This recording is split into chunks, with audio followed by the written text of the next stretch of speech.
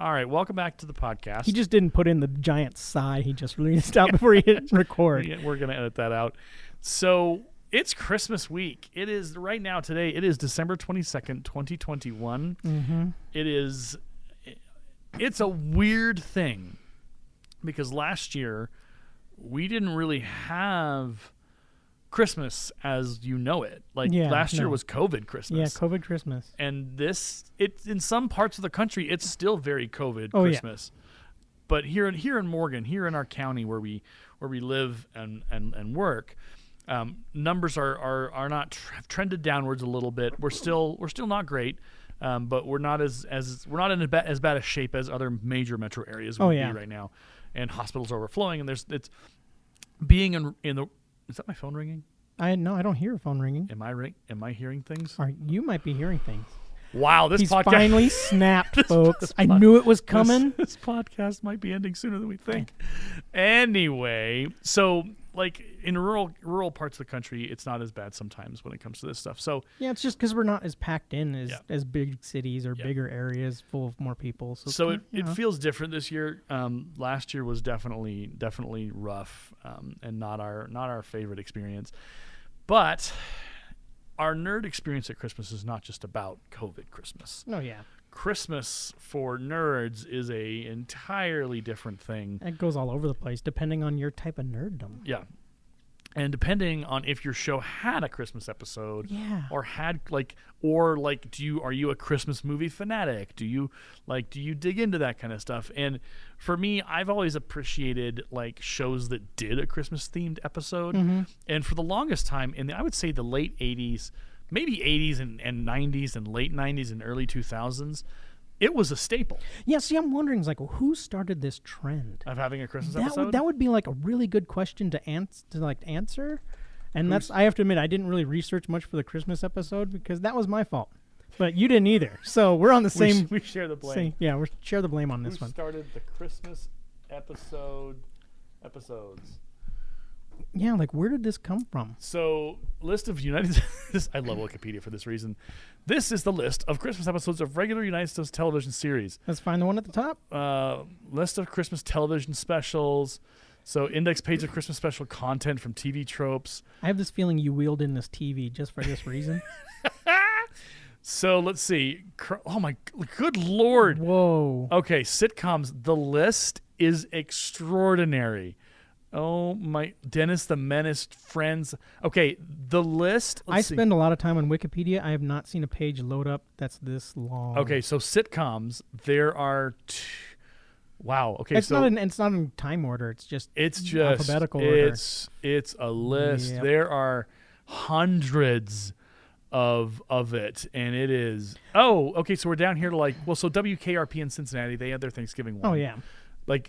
Here, I'll do a short read. I'm not going to read through all these. Oh, no, don't try to read all that. That's insane. 30 Rock, 8 Simple Rules, Adult Swim, Robot Chicken, All in the Family, Alf, Almost Perfect, All of Us, American Dad, American Housewife, Arnie, The Bernie Mac Show, Beverly Hillbillies, Bewitched, The Big Bang Theory, The Brady Bunch, Brooklyn Nine-Nine, The Cleveland Show, Clueless, Coach, Comedy Central, Designing Women, A Different World, Different Strokes, The Doris Day Show, Ellen, Eve, Evening Shade, Full House, Fuller House, Futurama, The Game, George Lopez, Give Me a Break, Hanging with Mr. Cooper, Did Happy you skip Days, over Happy the Endings, Golden Girls? Home and Faith, Golden Girls, How I Met Your Mother, The Hughleys, In the House, The Jeffersons, Kevin Can Wait, The King of Queens, Last Man Standing, Laverne and Shirley, The League, Less Than Perfect, The Love Boat, I Love Lucy, Make Room for Whoever, Malcolm in the Middle, for Daddy. Mama's Family, The Many Loves of Dolby Gill, It's Married the Children, Mindy Project, Modern Family, Mom, The Nanny, The Neighbors, The Office, One Day at a Time, Parks and Recreation, Perfect Strangers, Petticoat Junction, Roseanne the Connors, Sabrina the Teenage Witch, Scrubs, Seinfeld, Silver Spoons, Take a breath.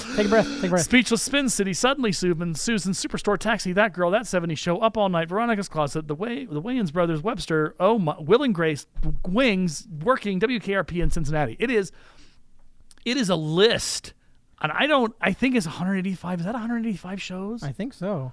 185 television shows from WKRP in Cincinnati to today have a Christmas episode. Yeah, it also looks like some of those some of them just say are general categories too. They didn't even list them all, children's series. Yeah, children's series, celebrity they didn't really based. Yeah. Crime drama mystery. It goes in lists So like Adam's. Oh my goodness. But yeah, I just remember how as a kid, just seeing so many Christmas episodes. Yeah. Of like almost every show. So I'm kind of. It probably started way back in the day, where it's like, boom, here's the first Christmas show. Who started the Christmas episode phenomenon? I think it's got to be History of Christmas on history.com. I don't know what that's going to have. We'll see what that happens. There's so much. Yeah, this is one of you guys will probably have to do your own research at home. But I remember watching the He-Man and She-Ra Christmas special. Wow. It existed apparently. The Charlie Brown Christmas was a special, of course. Mr. Magoo's Christmas Carol. Oh, here we go. Mr. Magoo's Christmas Carol in 1962 was the first animated one of these to be expressly produced for television.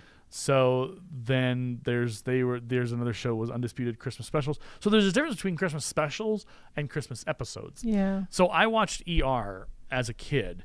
And there was always a Christmas episode. Mm-hmm. There was always a Christmas themed around December when they were running the show. And I've gone back and I've actually watched. I'm not quite finished with ER because I've kind of put it on pause because I love the early stretch of ER. Mm-hmm. Really significantly incredible writing, great characters. It feels as it got later in the seasons, they just drug it on too long and killed it. It started to kind of become more about the drama and the soap opera aspect of the characters. It was still ER, and it still had incredible stories and incredible music and incredible character moments. But what's interesting is I went and watched a new series called like Chicago Med or some such nonsense. It's not Chicago Med, but it was like Chicago Hospital or something. It was like the new NBC take on the ER experience. And it was like so just much of a letdown. I just sat there and went, this is your show?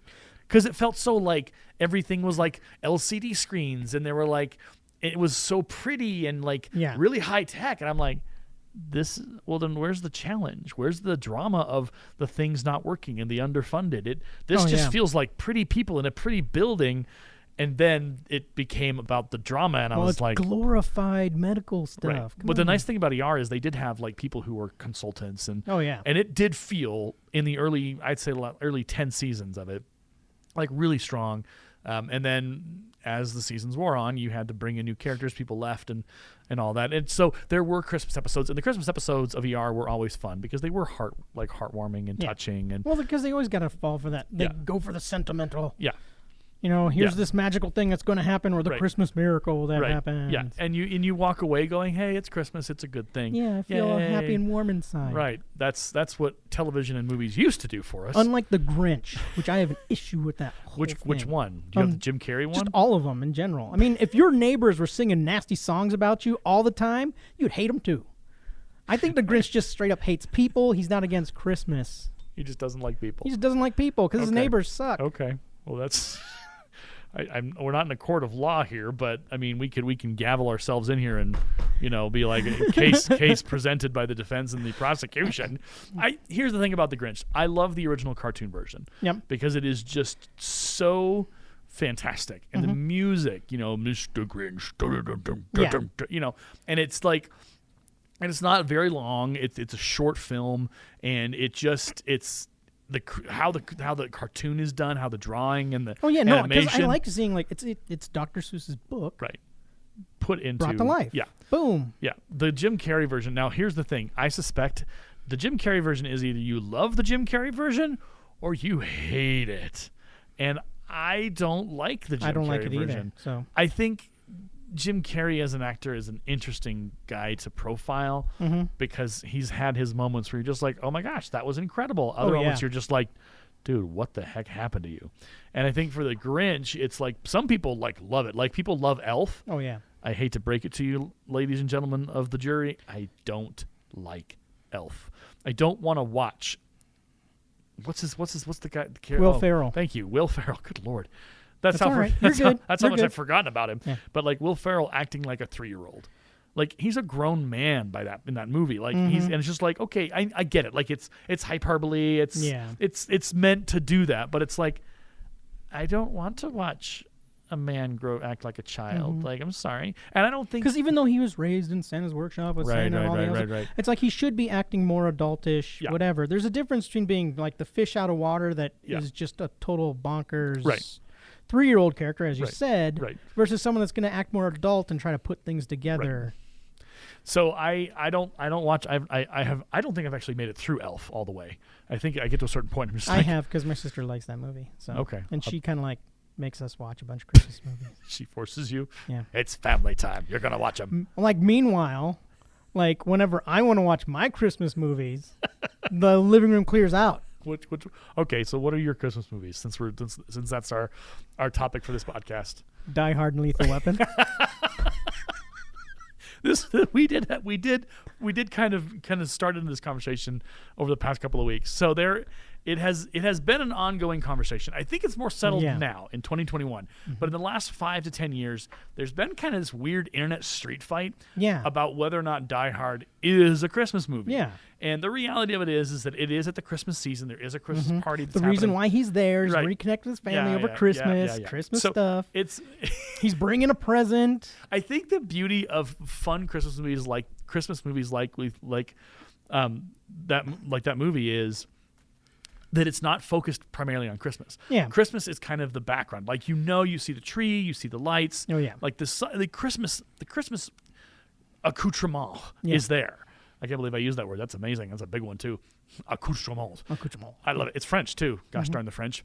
I am French, which is it's a weird thing. Delay, the capital L, we traced it back actually to 1595 to a guy named Gilbert. No, Jerome, somebody. Anyway, off topic.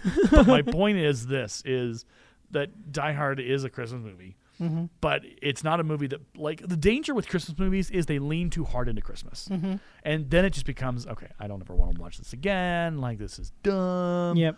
Like, my complaint with, and most people's complaint with all the Hallmark movies they put out every year, and the Lifetime movies they put, like, it is an extraordinary amount of the thing is, and they all follow that same kind of like, it's like copy and paste. Here's the formula and of this story. We're just going to like, it's going to be, okay, somebody in a small town usually from your roots, but you're going to the big town. The big town is bad. One of the movies, I don't even remember what it was called. I might do some research here. Okay. But one of the Christmas movies, and it like, people in Littleton and Inglewood were just like, what? So there was a Christmas movie about someone who lived in Littleton, Colorado, and Christmas movie about Littleton. Hold on, L-I-T-T, Littleton, Colorado. So Switched for Christmas, and it's, oh my gosh, it is the weirdest thing because they like talk about how like she lives in Littleton, Colorado, and like she has to travel to like Inglewood, and it's a long way or something like that. And it's nothing. And the shots that they use for Littleton are not Littleton. And the shots they use for like Denver or whatever are not Denver. And they like play off like it. The people of Denver were so mad about this. I'm going to actually, hold on. I'm going to find this because it actually happened on Twitter one night. It happened upon a Twitter one night. So I'm going to put a pause button here. Hold on one second. Okay, so we hit the pause off button. Yeah, we had to pause that because I had to find the tweet thread. So this was back in November of 2018. So the tweet is from Kara Mason. Kara Normal is her tag on Twitter. She says, I'm watching a Hallmark holiday movie in which the two sisters switch places. One is from the itty-bitty folksy town of Littleton. The other lives an hour away in downtown Denver, which apparently is so far away you, quote in quotes, visit Littleton for Christmas. Yeah, this is terrible. And the better thing is, this is the thread. So then Kara is like, oh my, OMG, the love interest asked if the Denver sister could come to Littleton more often. Somebody I actually follow, Carrie on Twitter, ADD Crafter, says, I've watched this one. There's also one set in the very remote town of Evergreen. Evergreen is not remote. It's like, I would say honestly, like, as someone that came from Texas and moved to Colorado, like, I wouldn't really know this. But now that I live here and I've poked around the state map of Colorado, I'm like, everything they list here is like so easy to get to. Yeah. So like, this is ridiculous. But it's the way that they sell it. It's like, oh, you It's Denver and Littleton are so far away from each other that you visit Littleton for Christmas. I lived in Littleton from 1997 to 2018. It's not like you're going to grandmother's house for Christmas. You literally get in your car, you get on I-25, you drive down to downtown Denver, you exit, and you find where your relatives live in Denver. Yeah. It's not...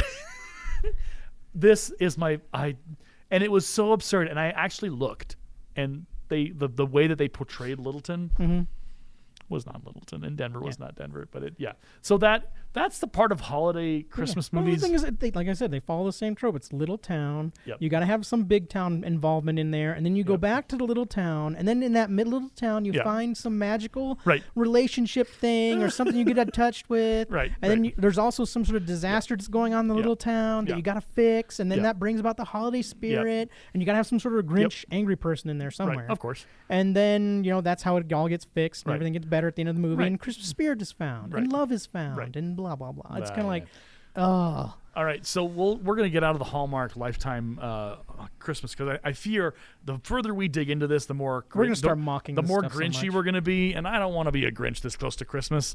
As much fun as it can be, sometimes it's not in my spirit today. Well, I mean, even me is the more like critical one. I'm like, I'm not being that much of a Grinch, but it's like looking at this stuff is like it's all the same. It's all the same. Now there are people who enjoy it, and there's I don't blame people who do. You're just powering an industry that is just putting out a bunch of schlock, which is fine. Merry Christmas to all, and to all a good night.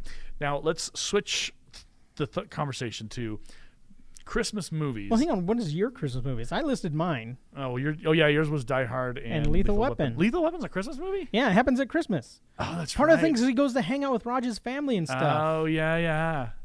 I mean, remember, there's the scene where he's in his trailer by himself and, whatever, with the gun, etc. Yeah. But it's like, he finds out all this stuff and gets reattached to Raj and his family, and, it kind of revitalizes him. They go back inside for Christmas stuff. I don't know if my wife's going to be okay with, hey, honey, it's Christmas. Let's watch Lethal Weapon. I think your wife would, because she and I were the ones that had this discussion at Zazie. Yeah. So my Christmas movie,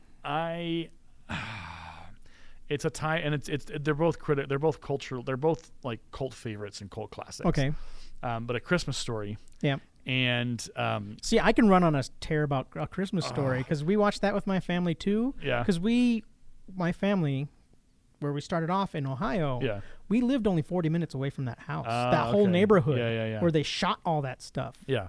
And so that's a huge part. Everybody in our family will watch that movie together. Okay. The other one is Christmas Vacation.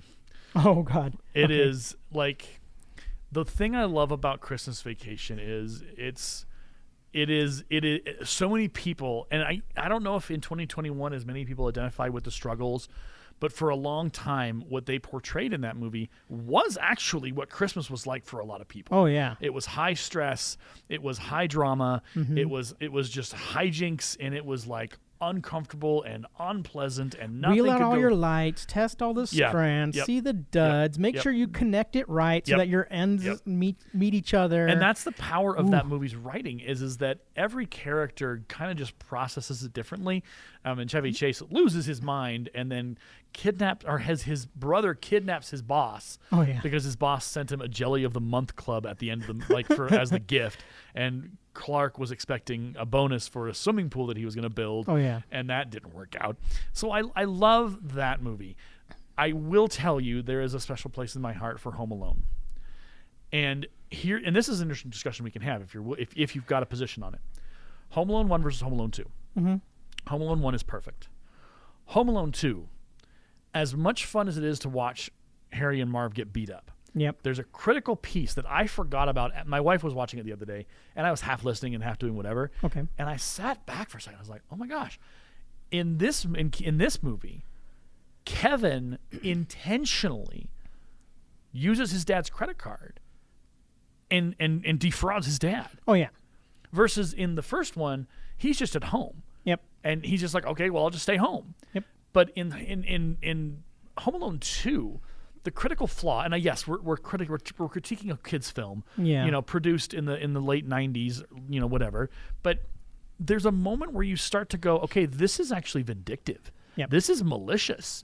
This is no longer funny. Well, I mean, look at the joy. Like, I always consider, like, the character of Kevin, this is sound really bad because I'm making fun of a kid. Right. The joy he gets out of harming other people Yeah. in the most brutal manner. Yeah. I'm just like, this is a little sociopath. Well, by the second movie, we start to go, okay, like, and I mean, obviously they throw in the bird lady. Oh, yeah. Who incidentally also is one of the actresses is stars in So I Married an Axe Murderer as Mike Myers' mom. Oh, yeah. And she's a classic actress. She has appeared in so many things, and she's incredible. We should cover that movie because it's kind of fun. It is. Fun romp. It's one of my top favorite movies, just because it's so out of control. Yeah. But so in Home Alone 2, there's this malicious streak, and I think the juncture where things go wrong is when he decides to spend like his dad's money and go to the hotel and just basically, and yeah, the hotel workers really make it really easy for you to not like them. Oh, yeah. And so you're on Kevin's side for most of it. But if you take a step back and you go, okay, he should have been like, hey, I'm lost in New York. Yeah. Can I get my parents? And so there is that character of Macaulay Culkin who I think also is that we're like, okay, well, he should have learned. Like the last movie, he learned his family's important and precious, and how, you know, the guy reunited with his family and put away the shovel and do like everything that he learned. But if you have growth, that's the issue. Like, I think we'll get into that when we talk about comedy movies with sequels. Yeah. If you have your character grow, then you can't have a sequel. Yeah. And I think I feel like Home Alone 2 is definitely suffered from sequel-itis. There needed to be a sequel because it had been so good. And so what happened is they invented it in a way, and again, in that day and age, you know, you get on the wrong flight. They didn't really check. Like, this is pre 9/11. This is security was lax across the board. They wouldn't have checked his ticket because it was. I mean, that suspension of disbelief works. You kind of go, okay, yeah, right, that makes sense. So up until that point, you're like, okay, but then when he lands and he realizes he's in New York, and he basically goes, okay, I'm gonna go spend my dad's money. That's where, as a kid, even if I was a mean kid, I would be terrified that my father would find out, because I just like that can't be cheap. So that's where the thing I went on is like, I like to draw this line too, which is kind of fun thought for me to think about. I was like, all right, what did Kevin's dad do? Right. That almost money is like no object. Probably banking.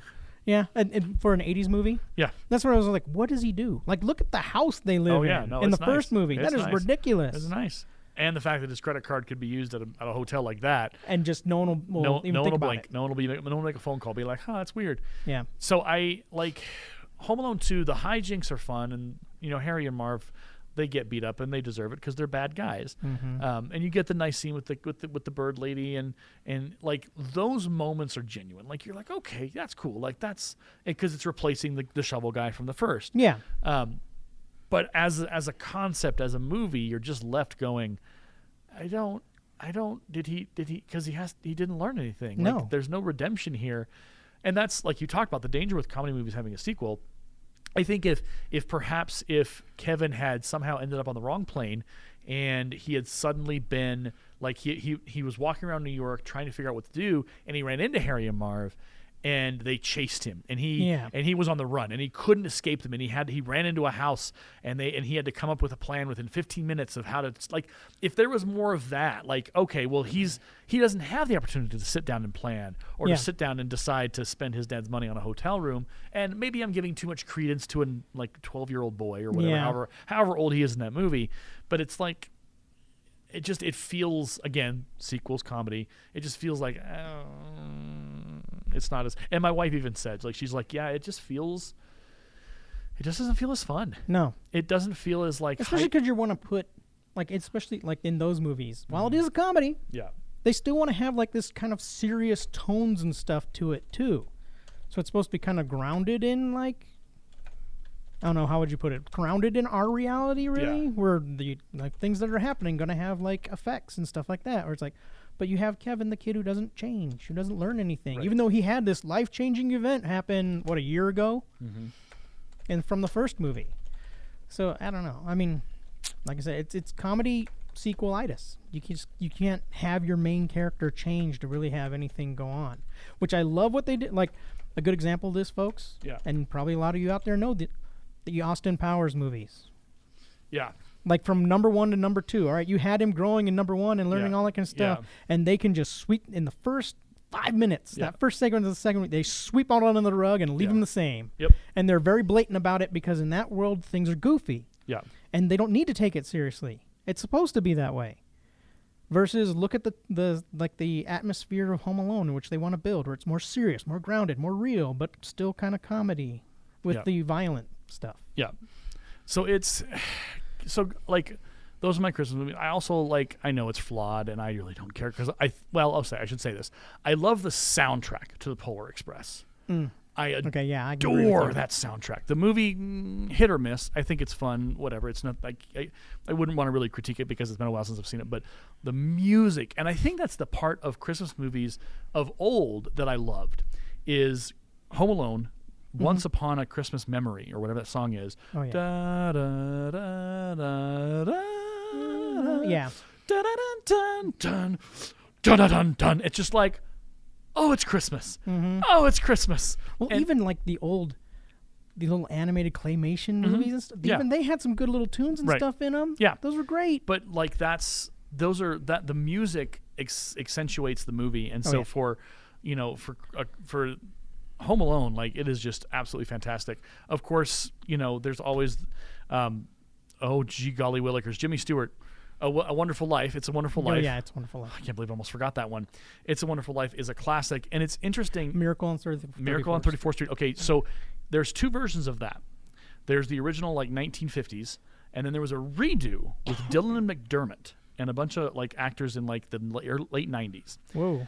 And I wasn't even aware of this. I'm only aware of the classic. Okay, so we do need to do a deep dive. Because the classic is like a classic for a reason. Yeah. So, we'll get back to It's a Wonderful Life, but here we'll go with so Miracle on 34th Street. So there's two versions. There's the 1947 version, okay, which is the black and white version, which is what we're all familiar with. So that's where Santa won't lie to Susan, and the character of Santa is so pure. Yeah. But then, and only then, do you have the other one, which it has its moments. Miracle on 34th Street, is it 1994? Oh my gosh, that is so long ago.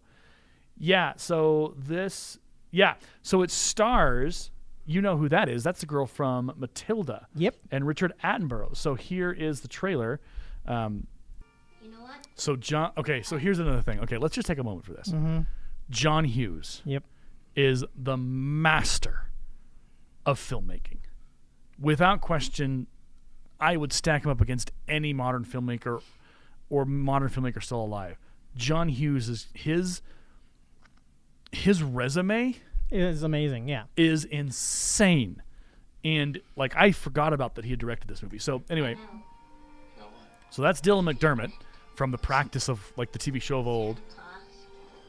And so it goes through, so it's modern. So it's done for, and it's not bad, but it becomes very cheesy towards the end.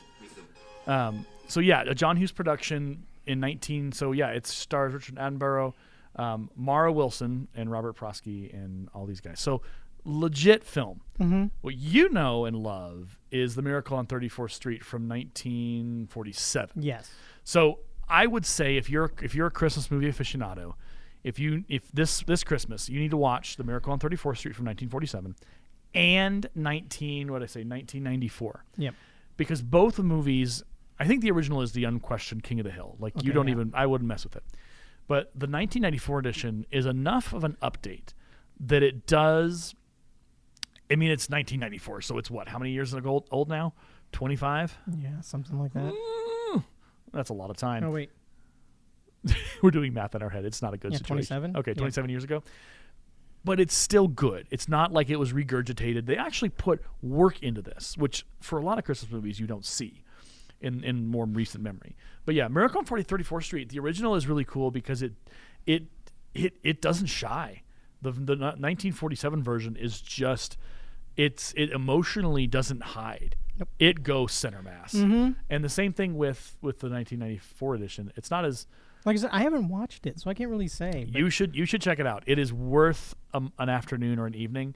That's the thing about Christmas is there are a lot of older, like good Christmas movies. Oh yeah. But I don't have any modern or recent Christmas movies where it's just like, yay. Yeah. Like White Christmas is on the list. Like all of that is there. Like what are the modern movies that we get for Christmas usually kind of mock the holiday? Right. They don't actually kind of emphasize how stressful and bad it is. Like what's that Arnold Schwarzenegger one where he has to get the toy? Jingle All the Way? Yeah, I mean it's kind of like there you go. Yeah. Yeah. It's a comedy, and then it gives you like the sappy ending where it's kind of everything's okay at the end. But look at the stress he's going through just to get one dumb toy. It's all become like very, I guess, mocking the commercial aspect of the holiday, which we have to admit it has taken over this holiday. Yeah. Oh yeah. Well, I don't even remember the Tickle Me Elmo fiasco from however many years ago that was. This is the thing about getting, I don't want to say getting older, but like you talk about Tickle Me Elmo to like people today, to kids today, and they're like, "What are you talking about?" And they have no idea. But this thing, 1996. Yeah, it was savage. People were beating each other up. Yep. Like punches were being thrown, and it was such a popular toy, and they wanted they had to have it. And this was before the internet. This is before Amazon. Yeah. You could only get these things in stores. And it was such a popular gift because it had been advertised. And the advertising was on television, newspapers. So kids were getting exposed to it. So kids were like, I want to Tickle Me Elmo, I want to Tickle Me Elmo. And then store shelves ran out because you didn't have like the supply chain. Well, supply chains today are whatever they are. But the supply chain where it was like you could just, it would be stock. You could get it anywhere. You could order online, whatever. Yeah, you can find it all over the place. Right. Now it's not the case. Yeah. So it's very interesting that you bring that up because I think in this day and age, I mean, supply chains in 2021 are a challenge. Mm-hmm. But if you think back before, like 2019, Christmas gifts weren't that hard to get. Like you could go on Amazon, you could go somewhere, you could find it. It was within reach. Yep. Because you could just tap a button and it would be there. Yep. Now, in that day, it wasn't like the reason why Toys R Us shut down and died and is starting to relaunch apparently. Toys R Us died because they didn't get on the Amazon train. Yeah. They didn't get ahead of the curve. They thought that they would always just be a big box store and they would survive. That always is the issue with a lot of good companies, where they just don't realize the new wave is coming. Right. And instead of trying to jump onto the wave at any point, they let it wash over them, and it's too late. Yeah. Your company's gone. I remember good times in Toys R Us's too, because all the stuff that was in there, man. Yeah. Ugh. It's a shame that company went under. But I mean, I'm interested to see how they're going to come back. Right. But well, so here, like popular Christmas movies, they're like, look at these titles: Surviving Christmas. Yeah. Well, Holiday. Like. Bad Santa. Oh no, nope. Yeah. It's so, but it's like there's not a lot of like Christmas like movies that are like. I don't know. I'm looking at this list. I don't want to read them because they're probably half of them are inappropriate. Yeah, but it's like there's a disclaimer in there, folks. We are kind of limited by some of these stuffs we're allowed to reach into. Yeah. So let's divert into more family friendly and actually kind of fun territory. Have you've seen the Muppet Christmas Carol? Yes. A long time ago. Okay. The Muppet Christmas Carol. So there's a lot of Christmas carols out there. There's a lot of versions of this. There's Scrooge with Bill Murray. There's a bunch of others. I actually kind of like the Scrooge with Bill Murray. I have seen bits and pieces of it, and I've enjoyed what I've seen. I need to get back into it to actually watch it. Because that looked like a movie he actually had fun in making. Right, yeah. Well, no, and people do talk about how like it is actually a good Scrooge movie. But Muppet Christmas Carol, the secret to it is Michael Caine, who is an amazing actor, and he's so good. So he went in, and they were like, okay, well, how do you want to play this? And he's like, what do you mean? Well, you're going to be doing the movie with Muppets. And he's like, I'm going to play it to the best of my ability, as much of a Scrooge as I can. Like, I'm staying to the source material. I'm Scrooge. That's what's happening. And they're like, okay. And so what you see Michael Caine going full Scrooge. Like, will kids be freaked out? And it's funny because in that movie, like Rizzo and who's our Gonzo? Yeah, Gonzo. I'm getting there. There's a conversation like, oh, what to scare the kids? And Gonzo's like, no, it's culture. Yeah.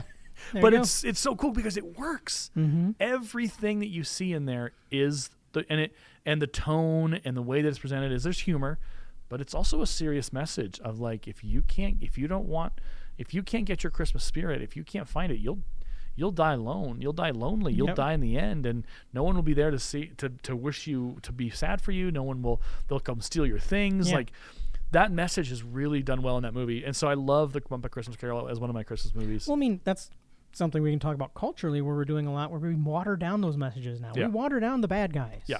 Instead, we try to make them heroes. Yeah. In their own stories. That was the whole thing about Cruella. I have not. Now, fair disclaimer. Or Maleficent. I haven't. I've seen Maleficent. That one made me angry.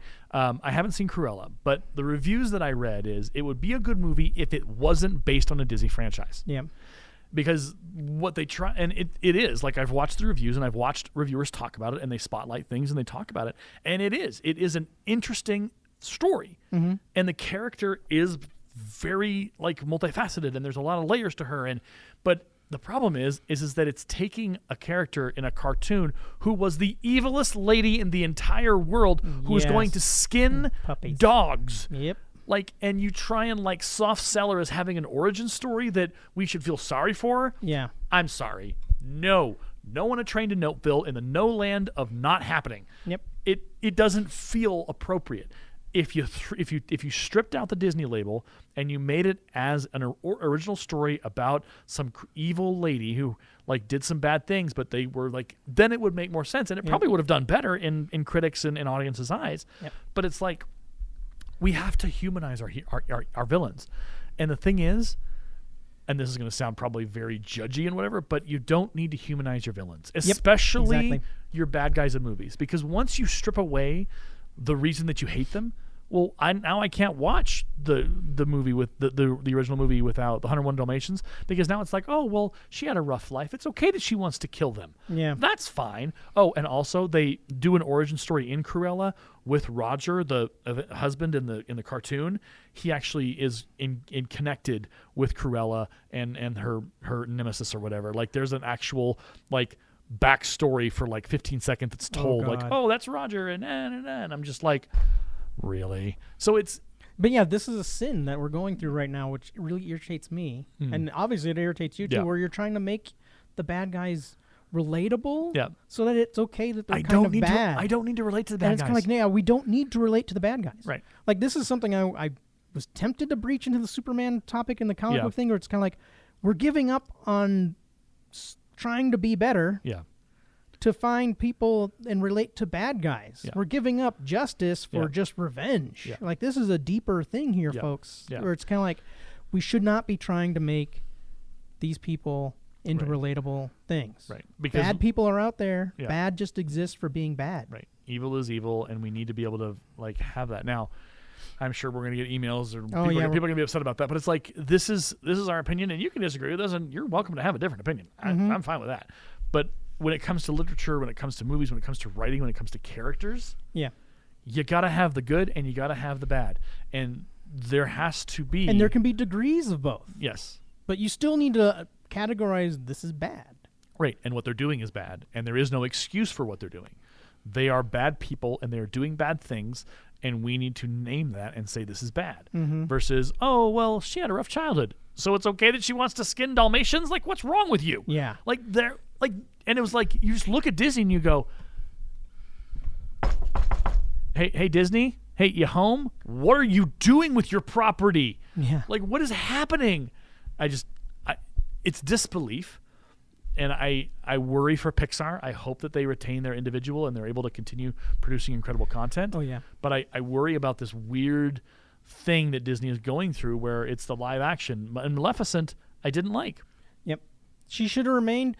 She's supposed to be the ultimate evil witch, just pure evil. And now all of a sudden it's like, oh no, we feel for her. Yeah. Poor Maleficent. Yeah. It's like, no, that's not how that works. That's not how any of this works. Okay. I mean, the woman causes all that issue with Sleeping Beauty just because they didn't invite her to a party. Right. That, ooh. Yeah. So other Christmas movies, White Christmas is one of my favorites, if only for the music and Bing Crosby and Danny Kaye, and the weird, like, dude, some of the movies, those guys singing, Those songs are so good. Yes. Come on. Yes. Oh, Bing Crosby is on the top of my list of incredible crooners that I will never give up no matter what. Yeah. Like, Bing is the boss. Mm-hmm. Like, there is no question when he starts singing, I'm just like, all right, I'm going to sit back, find me a Yule log, and kick back and relax. Because, like, it's beautiful. Yes. Have you ever seen the Bing Crosby and David Bowie concert? No, they did a concert together? They did a TV special, part of their TV special, and it is absolutely as fantastic. Yeah, Little Drummer Boy. Which, I'll be honest with you folks, I love David Bowie because he I don't know, for some weird reason, he's connected to every type of different music all over the place. Yeah. As just a giant fan of music. It's crazy. He's one of my favorites. So here's your here you go. Here's your Bing Crosby, David Bowie, Little Drummer Boy. Peace on Earth. Let's see if I can get my microphone over there together. If not, we'll just edit it down. Seat geek. Is it too much to go outside? I hate this commercial. Yeah, commercials. So much. But not when you get such great seats. I can't say no to these things. You can and I will. Get your seat tickets to sports. No, we can't. It's an unskippable ad. Seat geek. Get your seat in a seat.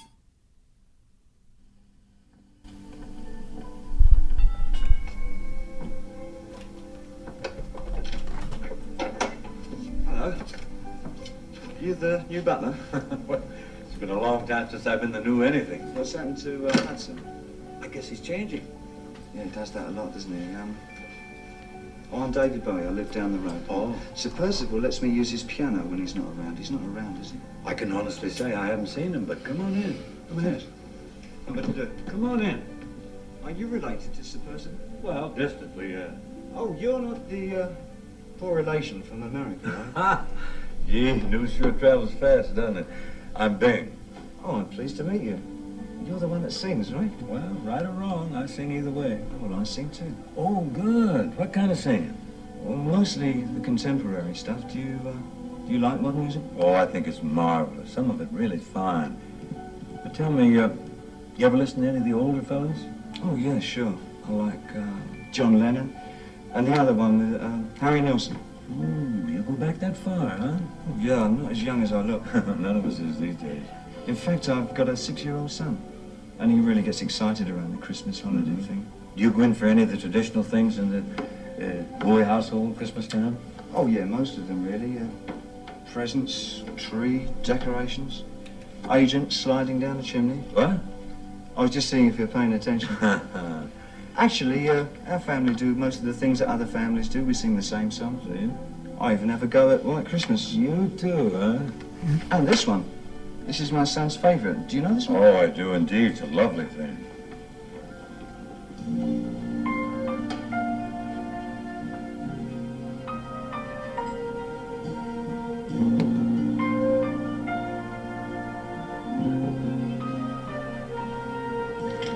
Come, they told me, ba-rum-ba-bum-bum.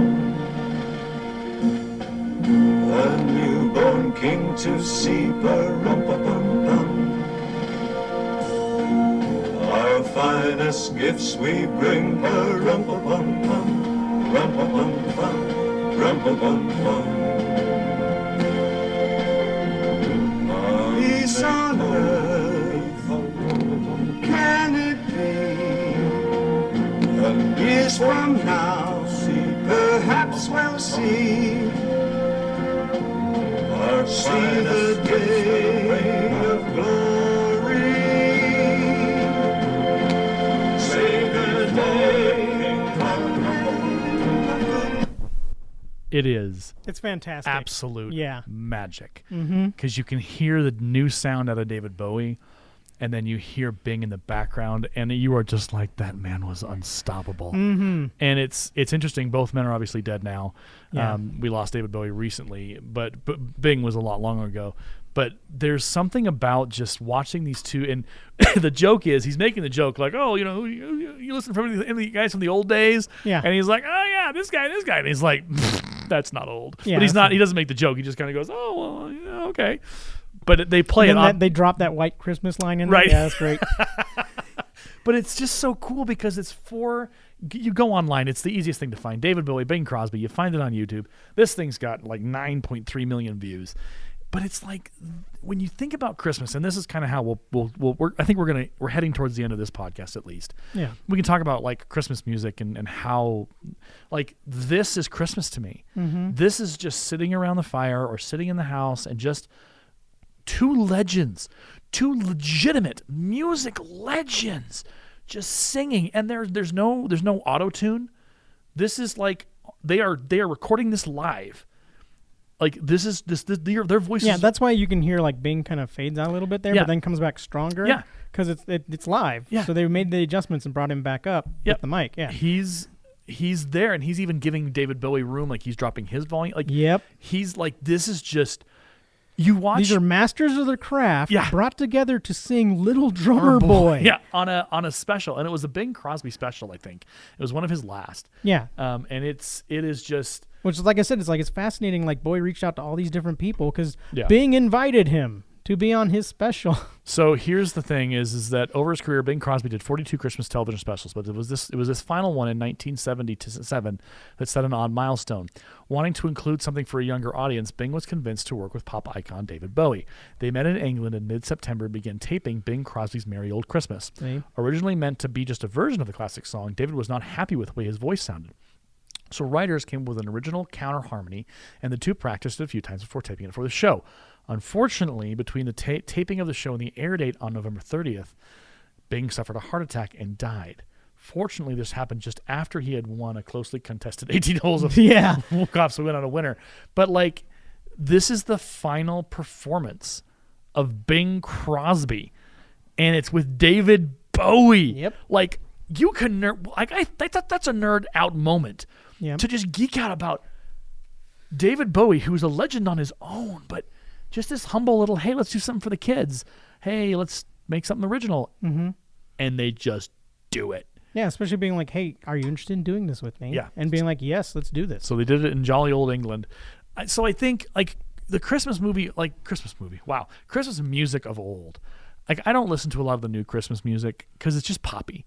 Like, I'm a traditionalist, and I'll hang that accusation on. Are you going against Mariah Carey here, sir? Oh, Lord in heaven, let's not let. That's a whole podcast, a dissertation upon itself. Are you slandering all I want for Christmas is you?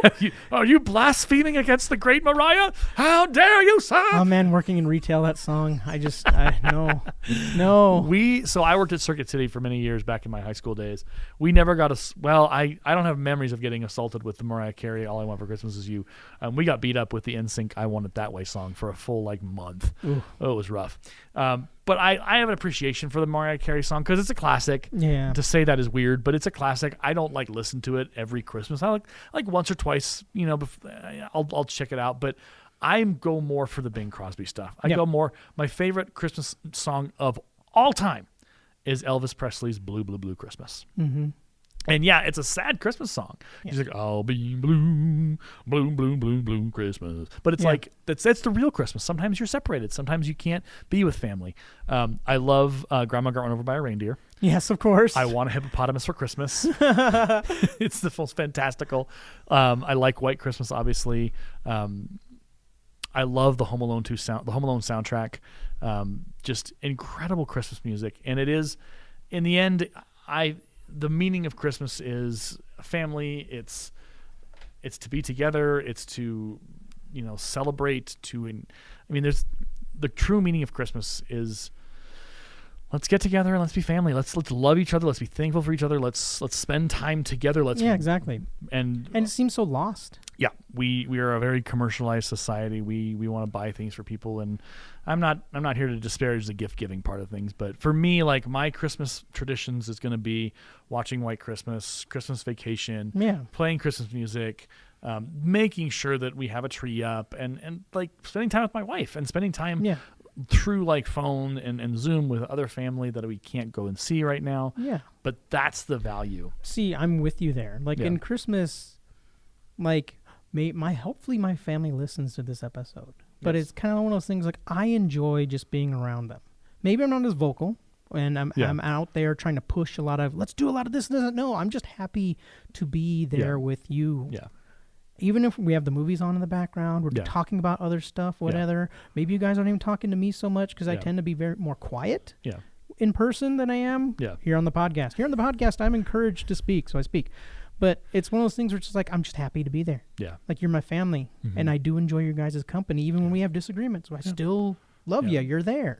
Family is important, especially around the Christmas. I mean, Thanksgiving is a big deal, of course, but I think Christmas is the bigger of them all. Yeah, Christmas has just grown in scale beyond.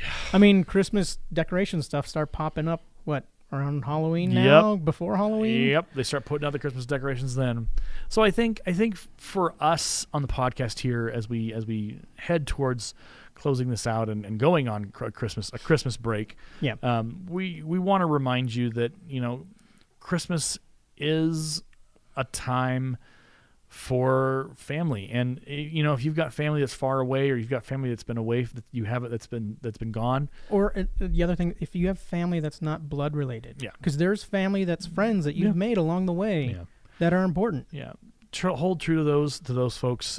Know that this is another kind of COVID Christmas for people, and it can be hard because we're not able to go spend time with that family, but we know that they love us, and then we know that we love them, and that's the important thing for Christmas. And if no one has said it to you today, you are loved. Like, even if you're just a random listener out there in the etherwebs and the interwebs, like, you need to know you're valued. You need to know that you are important and that you're loved and you're appreciated. And that's like, I think we made this message in our very first episode, and it's still we don't emphasize it as much as anymore. But this is a good time to say it again. Yeah, you're loved out there. You're not alone. Yep.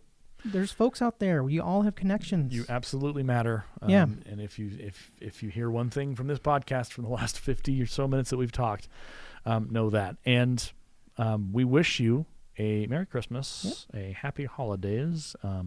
We may be back with a New Year's Eve, New Year's Day episode. We'll see how that shakes out. See. We're gonna we changed our schedule obviously because we talked about Iron Man and stuff, and then we got the comics thing. And we got Batman still to go. And now we got Batman on the cooker. Yeah. If we can get Aaron to watch Batman again, I'll complete my homework, teacher. I will. I promise. I'll put it in my planner. We will. I think we'll come back. We'll have one of those coming up. Even if we just do a small little blurb of how was the holiday for you kind of thing, and then just have like a 30-minute something or whatever. So look for us in 2022. In the meantime, if you're interested, if you're listening to this podcast and you haven't looked back on our current library over the last week or 2 weeks, we've been putting out some crazy content with both student-related and also community-related here in Fort Morgan. So it's not just this podcast, which is Nerds by Screenlight. We've also got the County Computers, where students and I talk about computing and fads among computers. There's also the County Gamers, where myself and Chris talk about computer games. There's also a new one called Cold in Colorado, where 2 students are digging into a cold case here in Fort Morgan. And there is so much more to come and so much more out there. And the archives go back several years from my teaching experience and becoming a teacher. So if you're interested in listening to that, troll through the archives and spend some time. If you need something to listen to, you'll either be entertained or horrified. I'm not really sure which one. Yeah. Hey, give them just a listen. Yeah. See what the kids are up to, because I'm kind of fascinated by what the kids are going to get into with their own little. Because it's interesting to give the younger kids a voice. Yeah, let them be heard. Yep. I mean, you won't hear my glorious self, but I mean, that's okay. I like how you're trying to compare your vocal tonality to the children. That's a great way to close out the podcast. Hey, I'm just having fun with it. And look at you turning red with laughter, sir. Oh, dear Lord in heaven. All right. Well, I'm a terrible human being. What can I say? But you are loved and you're appreciated. Exactly. We wish you all a Merry Christmas. Merry Christmas for the second time of this, trying to close out this podcast. And Happy New Year's. Happy New Year's. And we will see you in 2022. May you have the best of your times and the best of years ahead of you. Until then, we're out. Yeah, bye, everybody. You've been listening to the Nerds by Screenlight podcast, presented by Create at Morgan Productions, located in Fort Morgan, Colorado, USA. For more information on our production house, other podcasts hosted here, and further details, please visit www.createatmorgan.org. You can find us on Twitter at the handle CreateAtMorgan.